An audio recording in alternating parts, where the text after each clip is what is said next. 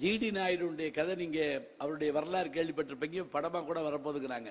Biopic படம் வருது. என்ன தெரியுமா, அவரு கோயம்புத்தூர்ல பிறந்த விவசாயி. எல்லா சயின்ஸையும் தன்னுடைய அறிவை ஏற்றிக்கிட்டு அதை புதுசா உண்டாக்கி காமிச்சார். அவரு அமெரிக்காவுக்கு போனாரு, சுவிட்சர்லாந்து போனாரு, தான் சொந்த காசுலேயே போயிட்டு வந்தாரு. அப்ப விமானம் கண்டுபிடிக்கல. 1903 தான் விமானம் கண்டுபிடிக்கப்பட்டது. எப்படி கரெக்டா சொல்றேங்கிறீங்களா? 2003 நான் அங்க அமெரிக்காவுக்கு போயிருந்தப்ப நூற்றாண்டு விழா நடந்துச்சு. ரீகன் அப்ப வந்திருந்தாரு. நான் அந்த கூட்டத்தில் உட்கார்ந்துருந்தேன். எனக்கு ஞாபகம் இருக்கு. சரி கேட்டோம். 1903 தான் கண்டுபிடிக்கிறாங்க. இந்த ஜிடி நாயுடு 1900 முன்னாடியே போறாரு. கப்பல்ல போறாரு. போயிட்டு திரும்பி வர்றப்ப ஒரு பயங்கரம் நடந்தது. என்ன தெரியுமா? கப்பல் தீப்பிடிச்சிருச்சு. கடல்ல வந்துட்டு இருக்காங்க. இப்ப கடல்ல பல பேர் என்ன செய்யறாங்க, தீயில இருந்து தப்புறதுக்கு உள்ள குதிக்கிறாங்க. குதிச்சா கீழே சுறா மீன்கள் அலையுது. சுறா மீன் எப்படிப்பட்டது தெரியுமா? ஒரு அடி அடிச்சுன்னு வைங்க, இடுப்பு கீழே ஒண்ணு இருக்காது. ஜாஸ் அப்படின்னு ஒரு படம் 1, 2, 3 வந்துச்சு. ஸ்டீவன் ஸ்பீல்பர்க் எடுத்த படம். ஜுராசிக் பார்க் எடுத்தார்ல, அவர் தான். அப்படியே குளிச்சுக்கிட்டு இருப்பாங்க, இடுப்போட போயிருங்க.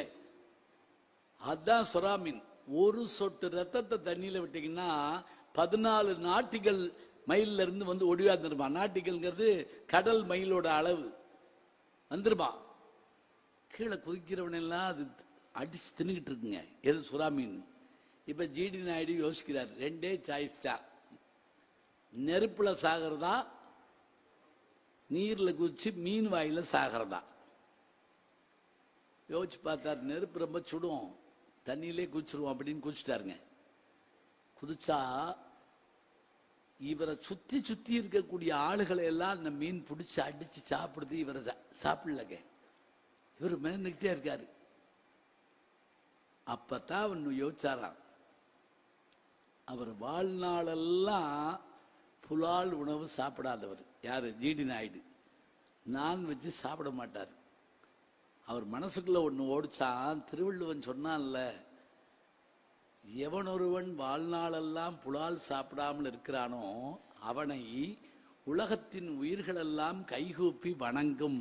கொல்லான் புலாலை மறுத்தானை கைகூப்பி எல்லா உயிரும் தொழுங்கிற விஷயம் எனக்கு அந்த சூழல்ல ஞாபகம் வந்துச்சு. அதனாலதான் நான் இப்ப எழுதுறேன்னு எழுதுறாருன்னா, பின்பற்றியதால் ஒரு உயிர் தப்பி இருக்கிறது என்று சொன்னால், பின்பற்றியதால் ஒரு குடும்பம் உயர்ந்திருக்கிறது என்று சொன்னால், பின்பற்றிய இலக்கியங்களை படிப்பதனால்தான் நாம் சிறப்பாக வாழ்கிறோம் என்று சொன்னால், மனிதன் ஒவ்வொன்னாக படிநிலை உயர்ந்து வர்றான். பறவையை கண்டான், விமானம் படைத்தான். பாய்ந்திடும் மீன்களில் படகினை கண்டான், எதிரொலி கேட்டான், வானொலி படைத்தான்.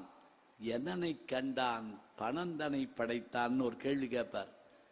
அப்ப ஒன்னிலிருந்தாக அவன் மாறி வருவதற்கு காரணம் அந்த படிநிலைகளை தந்தது முழுவதும் நூல்கள் தான், இலக்கியங்கள் தான். பின்பற்றியதால் தான் மனிதகுலம் இன்றைக்கு வரைக்கும் அழியாமல் இருக்கிறது. திருவள்ளுவர் அருமையா சொல்லுவாரு.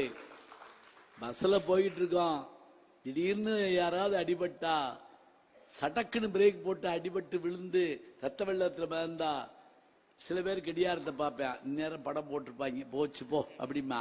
இன்னும் சில பேர் இவன் லாரியில போய் விழுக வேண்டியதானே, இதுல எதுக்கு வந்து விழுகிறான். இன்னும் சில பேர் கீழே இறங்கி போ, நல்ல வேலைங்க எங்க சொந்தக்காரன் இல்லை அப்படிமா. அதுல ஒருத்தமத்தான் அடிபட்டவனை போய் தூக்கி ஆட்டோல போட்டு ரிக்ஷால போட்டு ஆஸ்பத்திரியில சேர்த்து, முடிஞ்சா ரத்தம் கொடுத்து போன் நம்பர் எடுத்து அந்த வீட்டுக்கு போன் பண்ணி அவர் நல்லா இருக்காருன்னு சொல்லிட்டு அவன் பாட்டுக்கு போறாம இருங்க. அந்த ஒருத்தனாலதானே அந்த உலகம் இன்னைக்கு இருக்குது. பண்புடையார் பட்டுண்டு உலகம் அது இன்றேல் மண்புக்கு மாய்வது மண்.